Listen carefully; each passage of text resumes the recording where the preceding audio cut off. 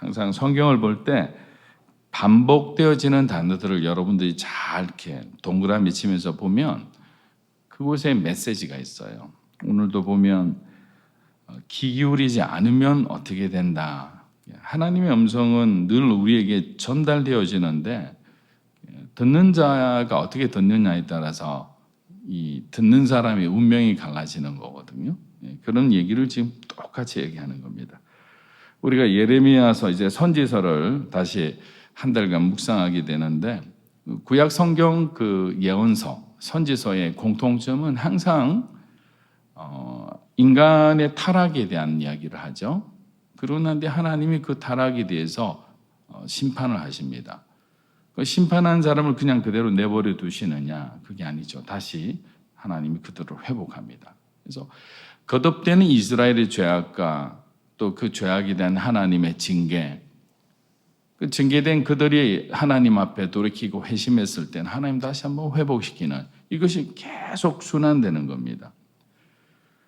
그런데 이런 심판을 그냥 어느 순간에 갑자기 하나님이 아무런 경고도 없이 주시는 것이 아니라 항상 하나님은 예수님이 오셔서 이제 성령님을 보내주셔서 우리가 1대1 관계가 이제 되잖아요. 근데 그전에는 예언자라는 중간에 하나님의 어떤 사람들을 세워서 그 사람들을 대언하게 해서 하나님의 생각과 마음을 백성들에게 보여주셨거든요. 그런데 그들이 듣지를 않는 거예요. 왜냐하면 하나님이라는 존재를 그들 마음속에 신앙의 중심으로 살면서도 성전 중심으로 모이긴 모이는데 영적으로는 전혀 하나님하고 정반대의 길을 걸어갔던 것이 이스라엘이었습니다. 저와 여러분들도 사실 교회에 나와서 신앙생활 하지만 바깥에서 정말 신앙생활하는 그 삶의 어떤 부분과 우리의 어떤 생활 속에 살아가는 우리의 삶이 정말 일치하는가를 돌아볼 때 그렇지 않은 경우가 많은 거죠. 지금 똑같은 상황이 2000년 전에 이스라엘에 있었던 그런 상황과 비슷하다고 볼 수 있습니다. 사실 우리가 메시지를 전달하는 것은 좋은 메시지를 전달할 때는 사실 누구나 그 역할을 하고 싶어 할 거예요. 근데 좋지 않은 메시지를 전달할 때는 굉장히 힘든 상황, 난감한 상황에 봉착할 때가 많이 있습니다. 예를 들어 전쟁터에서 죽은 전사자의 죽음을 그 사랑하는 아들의 무사 귀환을 바라고 있는 그 가족들에게 전달하는 역할을 여러분이 맡았다고 생각해 보십시오. 문을 두드릴 때 그 가족들이 나와서 자기 자식의 그 안부를 물을 때 어느 전투에서 나를 위해서 장렬히 전사하셨습니다. 이렇게 말한다는 건 정말 어려운 거거든요. 대학 입학 시험을 치고 합격자 발표를 기다리는 수험생들, 그리고 입사 시험 후 발표를 기다리는 예비 직장인들, 이들의 마음을 여러분들이 한번 헤아려 보십시오. 또 그런 과정을 겪었던 분들도 계실 거예요. 그런데 합격이라는 소식을 전하는 것은 좋은데 불합격됐다는 소식을 전할 때 그 상심하는 그 사람의 모습을 보는 것은 이게 쉽지 않은 거예요. 왜냐하면 같이 공감하고 있기 때문에요. 그리고 그들이 낙심하는 것은 바로 그 일에 그들의 소망을 두고 있기 때문이에요.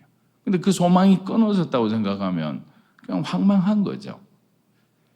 그런 역할들을 지금 예레미야가 맡은 거나 마찬가지인 거죠. 선한 역할이 아니라 자기 동족의 삶을 성경에 있는 그대로 뽑고 파괴하고 파멸하고 넘어뜨리는 역할인 거죠. 일반적인 선지자의 사명 중에서도 가장 어려운 거잖아요. 솔로몬의 성전은 아직도 웅장하게 그대로 있습니다. 그런데 이 성전이 파괴된다. 너희들이 망한다. 이 성전이 실로처럼 된다. 자, 이 말 한마디에 그들은 붕괴하기 시작했습니다. 또 하나님께서는 성전에 예배하러 온 사람들이 가장 많이 모여서 그들끼리 은혜를 나누는 그 장소에서 선포하게끔 한 거예요. 모든 사람이 다 들리게 한 겁니다. 일부 지도자들에게 조용히 다가가서 하나님의 말씀을 이렇게 전한 것이 아니에요. 이미 자기는 말씀을 전하는 순간에 자기의 운명은 어떻게 될지 자기는 모르는 거예요. 죽을 수도 있다는 생각으로 전했던 거죠. 왜냐하면 어떻게 해석하면 반역죄죠. 그리고 성전 모독죄에 해당하는 거잖아요. 이스라엘 사람들의 마음에 어떤 마음들이 있었냐면 성전에 계신 하나님, 그 하나님을 상징하는 게 언약궤인데 이 언약궤가 성전에 있으면 절대로 이 성전뿐만 아니라 이스라엘은 망하지 않는다는 그런 자기들이 만든 그런 신앙으로 똘똘 뭉쳐 있었던 거예요. 그런데 실로의 얘기를 하면서 이 예루살렘과 이 하나님의 성전이 솔로몬의 성전이 망한다고 하니까 받아들일 수가 없는 거죠. 그런데 제사장뿐만 아니라 선지자뿐만 아니라 그리고 그곳에 있었던 왕의 신하들뿐만 아니라 예배하러 온 일반 백성들조차도 예레미야를 향해 적개심을 품고 마치 돌을 든 사람처럼 그렇게 다가와서 압박하고 있는 상황인 거죠. 자, 이런 사명을 받는 것은 정말 힘든 거예요. 이곳에 계신 여러분들, 영상으로 예배드린 모든 분들한테 하나님께서 여러분들을 불러서 어떤 사명을 주신다. 그 사명을 받는 것은 굉장히 거룩하고 특별한 권리지요. 어떤 사람은 목사와 선교사로 사역자로 부를 수도 있고 어떤 사람은 평신도로서 세상 가운데서 그런 역할을 하게 할 수도 있어요. 제가 아는 어떤 분은 정말 똑똑하고 정말 기업에서도 그 기업에서 굉장히 이렇게 승승장구하는 분이었는데 어느 날 갈등이 시작된 거죠. 기업에서 이제 중간 관리자 이상 부장급 되니까 어떤 본인의 사인이 최종 사인으로 되는 것들이 많은데 그 사인들 중에 하나가 어떤 재정에 대한 부분들이었거든요. 근데 이거는 보니까 본인이 보기에는 공정하지 않는 거예요. 소위 세상 말로 하면 이중장부와 비슷한 거죠. 사인을 할 수가 없는 거예요. 신앙 양식상. 그래서 결국에 그만두고 나온 거죠. 자, 그만두고 나오면 하나님이 너가 정말 올바르게 그 공의를 지키기 위해서 네가 정말 그 나를 선택해 줬으니까 정말 잘하였도다 하면서 그 인생을 좀 이렇게 편안하게 펼쳐주시면 좋은데 굉장히 힘든 시간들을 몇 년을 보내서 새로운 직장에 취직을 하게 된 거죠. 그러면 만약에 그런 선택을 한 사람들이 항상 어려움을 당한다면 주변에 있는 분들이 보잖아요. 얘기를 듣잖아요. 같은 교인들이 또 묻다가 보면 우리 뭐 집사님 저런 일이 있어서 그만뒀대. 그러면 하나님께서 딱 들어서 핀포인트 축복을 주셔야 되잖아요. 그렇게 생각하지 않아요? 그렇게 살았는데 어려운 선택을 했는데 자기가 사직서를 내면서 사직서가 그 남아있는 사람들에게 메시지가 된 거잖아요. 나는 이렇게 부당한 일을 할 수가 없습니다. 왜냐하면 이것이 올바르지 않습니다. 아마 몰라도 상무나 전무나 그 윗사람 중에서 교회 다니는 분도 계시고 장로님이 계실 수도 있을 거예요. 그분들도 마음에 뭔가 충격은 받았을 거예요. 저 사람은 저런 어려운 길을 선택하는데 나는 왜 묵인하며 살아야 될까?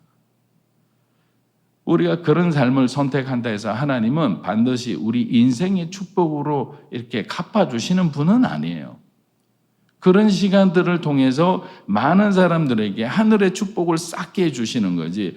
그렇게 했다고 오냐 너 잘했다. 너 지금보다 더 다른 회사에 가서 너 상무시켜줄게. 전무시켜줄게. 이런 건 아니에요. 그렇게 생각하고 그렇게 결단하고 그런 일을 여러분이 하고 나는데 하나님을 향해서 언제 정말 축복해 주실까 바라다가 시험 드는 사람이 있을 수 있어요. 그렇지 않아요. 그러나 그의 그런 선택을 한 사람의 삶을 또 그 가정을 하나님은 끝까지 지켜주세요. 보호해 주시고 그 사람에 대해 아니면 자기 자녀들에 대해 그 은혜가 흘러가게 해주시는 거예요. 예레미야는 기억하고 있는 거예요. 자신은 어떻게 하나님이 모태에서부터 자기를 선택해서 지금까지 어떤 훈련을 시켜주셨는지. 아버지는 아나돗의 제사장이었잖아요. 근데 이 아나돗은 약간의 제사장들 중에서 귀양지하고 비슷한 곳이었어요. 예전에 솔로몬 왕이 있을 때 아비아델이라는 아주 유명한 대제사장이 있었는데 이 사람이 그 당시 반역 사건에 휘말려서 귀양을 간 곳이 아나돗인데 바로 이 예레미야의 선조가 되는 사람이에요. 그러니까 사람들 보기에는 어떤 사람이냐면 몰락한 제사장 가문의 자녀다라는 생각을 가진 거죠. 근데 그 자녀가 와서 하나님의 말씀을 전하는데 이 나라가 망할 것이다, 이 왕조가 무너질 것이다 하면 이게 좋은 눈으로 보겠습니까? 지금 아주 그냥 잘 나가는 그 집안에서 나온 사람이 그렇게 메시지를 전해도 이게 사실은 물음표를 가지고 너 무슨 소리냐, 정신 차려라 할 건데, 몰락한 가문에서 왔다면 이건 뭔가 의도가 있는 거 아니냐. 이 사람들은 항상 반역을 꾀하는 그런 이상한 가문이다, 이상한 혈통이다, 죽여야 된다, 이런 생각을 하게 되는 거예요. 이런 모든 과정에서도 예레미야는 그 사명을 포기하지 않는 거예요. 그러면서 우리 마음에 어떤 마음이 들었냐? 사명자의 삶은 자기 자신이 살아내는 것이 아니라 결국 하나님이 주신 은혜로 사라지는구나라는 걸 생각하는 거예요. 그렇기 때문에 저와 여러분이 하나님 주신 사명이 있다면 내가 살아내려고 힘쓰지 않아도 되는 거예요. 하나님께서 우리를 붙들어서 그 일을 할 수 있도록 끝까지 지키고 보호해 주시고 힘을 주실 거기 때문이에요. 예레미야가 무슨 용기가 있어서 이렇게 했습니까? 우리 예레미야 26장 8절 한번 보겠습니다. 그러나 여호와께서 모든 백성에게 말하고 명령하신 모든 것을 예레미야가 온 백성들에게 말하기를 마치자 제사장들과 예언자들과 모든 백성이 그를 붙잡고 말했다. 내가 반드시 죽어야만 한다. 자, 이 말을 듣는 순간에 대부분의 사람은 오금이 서릴 거예요. 죽어야 된다라는 거야, 죽어야 된다. 그리고 하나님이 하필이면 앞서 말씀드린 것처럼 실로라는 이 단어를 이스라엘 백성들의 금기어나 마찬가지였거든요. 실로라는 것은 이스라엘 백성들이 광야에서 나와서 가나안 땅에 정착할 때 하나님의 언약궤를 두고 신앙의 중심지로 삼았던 곳이 실로였어요. 근데 그 실로가 어떻게 폐허가 됐느냐? 여러분 아시는 그 엘리 제사장과 그 두 아들, 그들의 어마어마한 그 하나님을 향한 그 반역의 죄, 참남한 그 신성 모독의 죄 때문에 하나님은 그 제사장 가문을 완전히 멸절하면서 블레셋 군대를 통해서 언약궤와 그 실로가 완전히 황폐하게끔 그렇게 심판을 하시는 거예요. 그러니까 실로는 이스라엘 백성들에게는 어마어마한 상처였던 거죠. 언약궤를 이방인 이 블레셋 군대에게 빼앗긴다는 그런 수치스러운 과거인 거죠.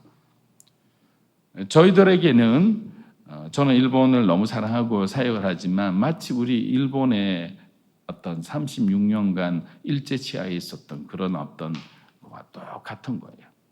그런 어떤 기억들, 잊고 싶은 기억들인 거죠. 그런데 그 실로의 운명이 예루살렘의 운명하고 동일하다. 이거는 도저히 받아들일 수 없었던 거예요. 이들이 선택할 수 있었던 것은 뭐냐면 예레미야를 죽이자. 반역의 씨를 그냥 잘라내야 된다. 그런데 문제는 뭐냐면 계속적으로 하나님은 예레미야를 통해서 얘기를 하는데 그 얘기의 핵심 메시지는 뭐냐면 돌아오라는 거죠. 돌이키면 너희가 살리라. 그런데 이 돌이키라는 메시지는 듣지 않고 무슨 메시지만 듣느냐면 자기가 듣고 싶은 것, 자기에게 들리는 것만 듣는 거예요. 실로처럼 예루살렘이 황폐하게 되리라는 거예요.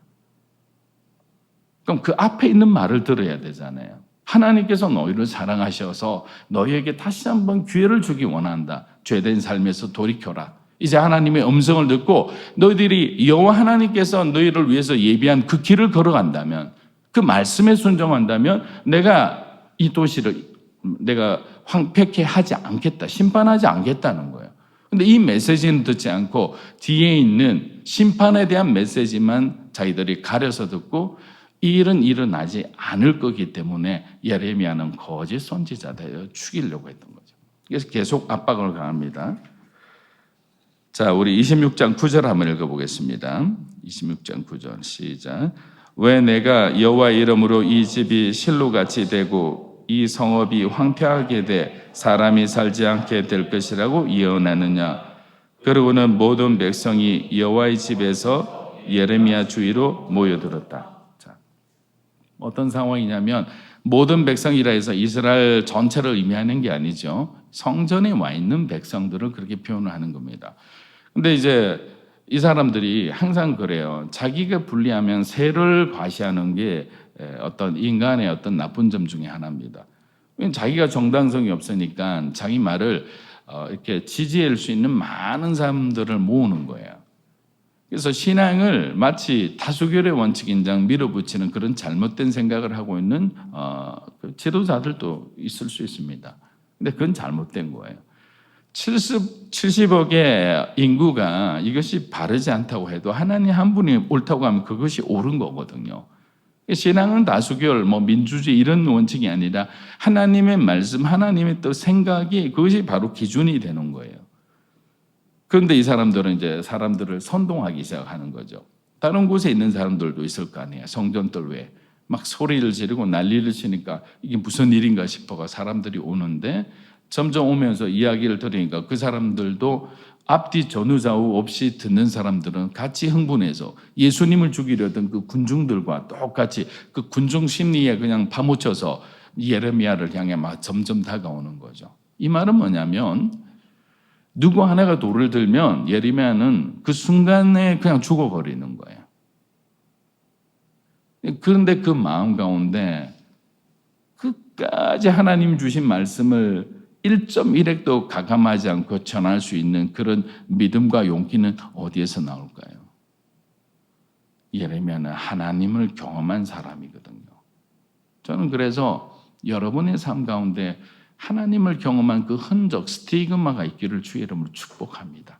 그렇게 하나님을 인격적으로 고난 가운데, 고통 가운데, 아픔 가운데 경험한 사람은 흔들릴 수는 있지만 하나님을 떠나지 않아요. 그 사명의 자리를 절대로 떠나지 않습니다. 그냥 주저앉더라도. 주저앉으면 누가 이렇게 세워주세요? 우리 주님이 이렇게 세워주시잖아요. 여러분 떠나지 말고 주저앉으세요, 차라리. 그러면 때가 되면 그 엄청난 사역을 안고 주저앉았던 엘리야를 누가 돌봐주셨습니까? 하나님이 돌봐주셨잖아요. 하나님은 기억하고 계시는 거예요. 우리는 이제 우리가 잘못된 길을 걸어가고 있다면 멈추셔야 됩니다. 하나님의 음성을 바로 들어야 됩니다. 내가 듣고 싶은 것만 듣기를 원한다면 그 음성은 들리지 않아요. 그럼 계속적으로 고난의 악순환이 이루어집니다. 이미 내 마음은 알고 있어요. 이렇게 살면 안 된다. 이런 선택을 하면 안 된다. 그런데 그 죄라는 것은 내가 깨닫는 내 양심의 소리를 아주 그냥 완전한 방음 장치로 가둬버리는 거예요. 하나님의 음성도 들리지 않게 나중에는 완전히 막아서 가치관의 혼란 상태, 내가 도대체 무엇을 하고 어떻게 살아야 되는지, 이것이 정말 옳은 길인지 잘못된 길인지 그거조차 분간하지 못할 때가 있는 거예요. 여러분들이 혹시라도 그런 어떤 혼란한 상황 가운데 있으면 모든 것을 중지하고 주님 앞에 먼저 무릎 꿇고 말씀으로 돌아오시기를 축복합니다. 그러면 들려질 거예요. 들려주는 순간 저와 여러분은 다시 살아나리라 믿습니다. 하나님 앞에 참된 예배자의 삶, 그 삶이 저와 여러분의 삶이 되기를 주의 이름으로 축복합니다.